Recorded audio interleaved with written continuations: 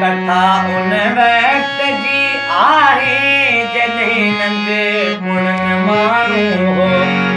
कथा उन वक्त जी आहे जॾहिं नंढे पुणन माण्हू हो।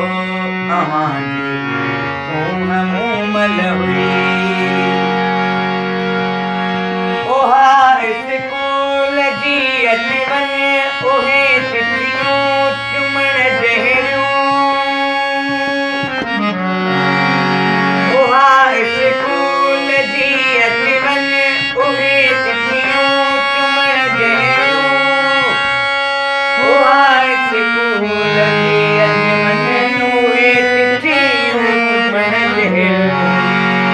खिलण मुल्कण नचण झूमण खिलण मुल्कण नचण झूमण चिड़ियल तारनि जो टाणो चिड़ियल तारनि जो टाणो हो। कथा उन वक्त जी आहे जॾहिं नंढे पुणन माण्हू हो। अवांजी सूंह मूमल हुई सफ़ा कचड़ी कलीअ जहिड़ी उमिरि हुई इश्क अरॾे जी।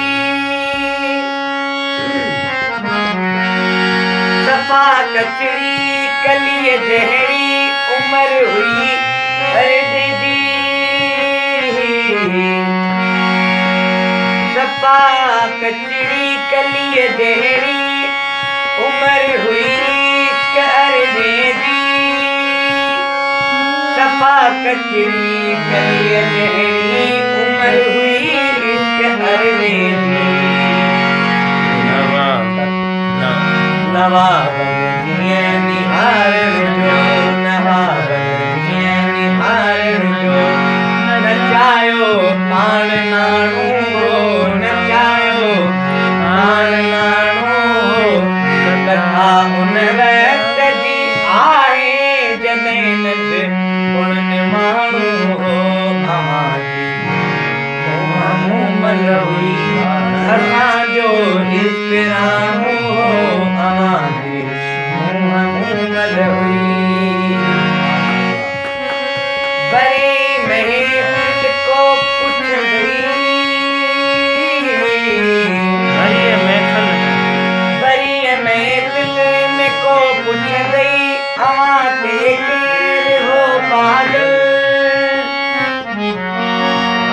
बड़ी महफ़िल में को पुछंदी अवां ते केरु हो पागल।